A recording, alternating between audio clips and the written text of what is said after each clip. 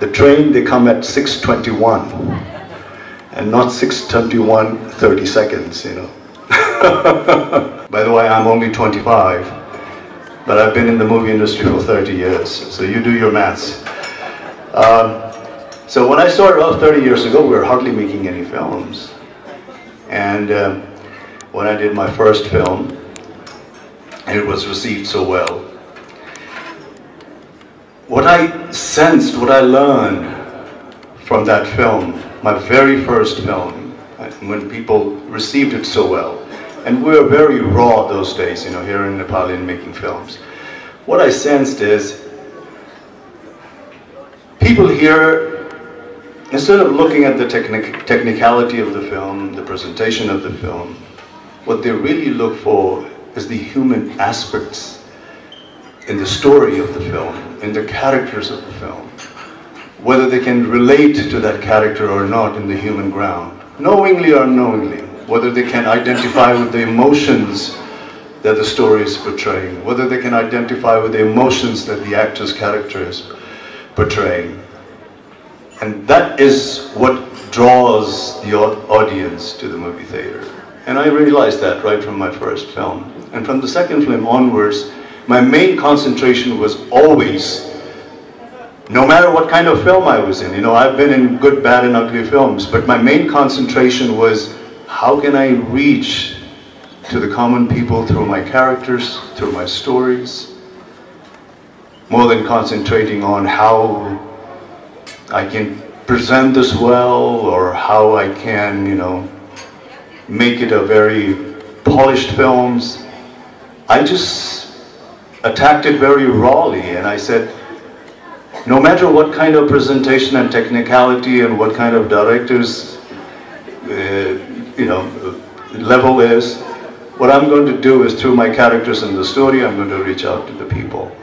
And that's what really clicked. And today I'm so happy and so proud that after 30 years of being in this scenario, in this film, more than the fan and the artist relationship, what I have with my audience is like one of the families. I travel extensively within Nepal. I go to the mountains, I go to east, I go to west, I go to the Tarais. And the way people welcome me, not as an actor, not as a fan, not as a crazy fan, but the way they welcome me as a member of their own family. And that is very important to me. That is something that I cherish a lot. And that is all because of trying to touch the human side of people. Because the humanity is the only thing that we all have in common denominator. It's only by concentrating on the human aspects of us where we can find a common bondage, where we can unify us, where we can see our fellow human being as ourselves, and thus arises compassion.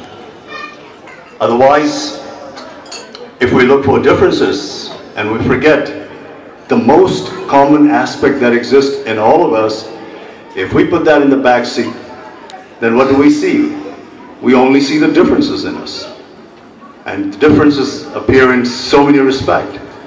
It appears in our appearance, it appears in our mannerism, it appears in our languages, it appears in the way we do things, go about in daily chores. So many differences. But if we put that aside and start looking at the human aspects of all of us, then what do we see? We see that we are all one.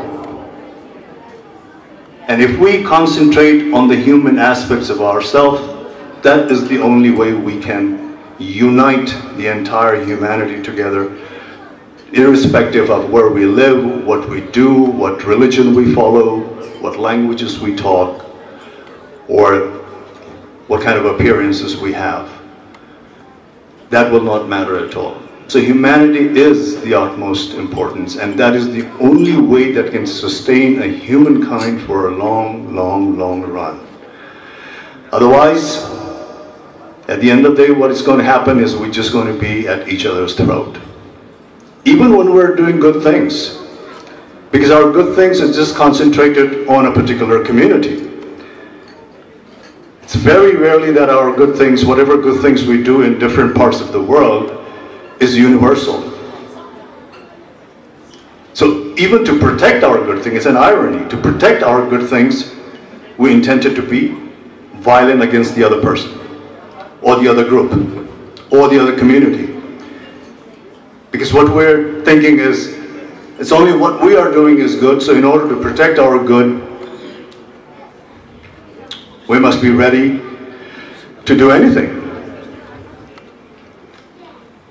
So if we forget this humanity aspects of us, which is the only factor that can unite us and keep us together, even the goodness that we do will still be at each other's throat.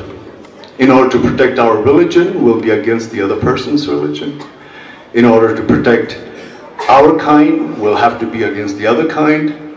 So there will always be this tribalism existing, and we always will be in confrontation with one another.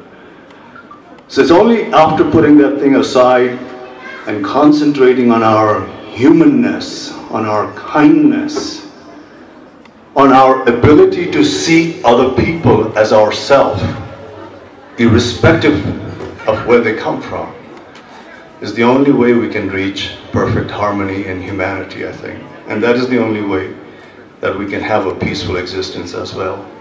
And I couldn't agree more with the princess. When, you know, if there's an economical disparity in the society, one section of the people are constantly dissatisfied, hunger, and destitute, there's no way we can attain peace. Because the basic needs of humanity has to be fulfilled in order to preach and practice peace and humanity. If a person is hungry, he's ready to kill another person for food. Just a simple fact is food.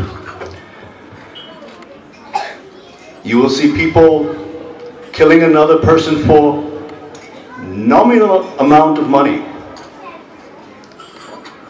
I've known cases in a very great country, developed country like America, where people have actually killed another person for, forget about $10, $1. So this will just exist. And that is not because he is fond of killing another person for $1. But that $1 will buy his needs. And his needs always comes in the front. So unless his basic needs are not met, there will always be disturbance. There will always be violence. So it is very important, especially the other section of the society who claim to have, to take care of their brothers who don't have.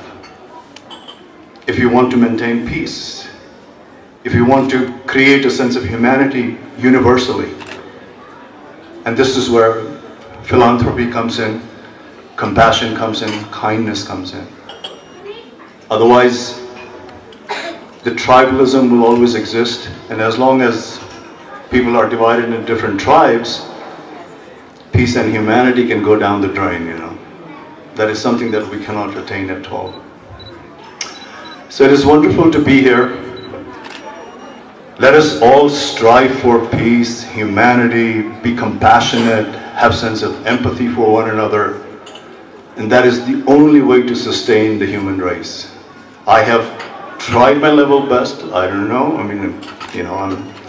I don't claim that I have succeeded a great deal, but in my day-to-day life, in my way of reaching out to other people, I always try to apply that, and also through my profession, because a lot of people think that being in a film, being an actor, you're in a totally different world. No.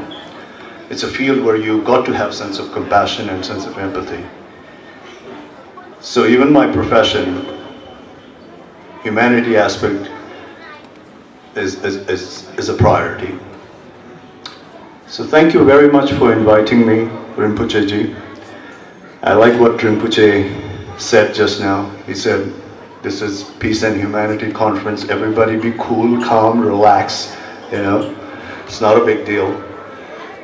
So I wish you a very peaceful and calm and cool life. And may you have a wonderful stay here in Nepal. It's a pleasure having you here. And thank you so much for whatever you're doing with the schools and Rinpoche. Thank you so much. Michael Jackson, you rock. You live in Japan. I was in Japan about 2 weeks ago, and it's one of my favorite countries. You guys are so organized, so systematic. Wow. The train, they come at 6:21, and not 6:21, 30 seconds, you know. Thank you. Thank you.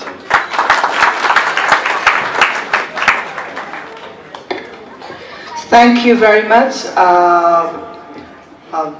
We had some ideas and his views from Rajesh Hamal, one of the prominent and very famous actor of Nepali film fraternity. Now, after this speech, we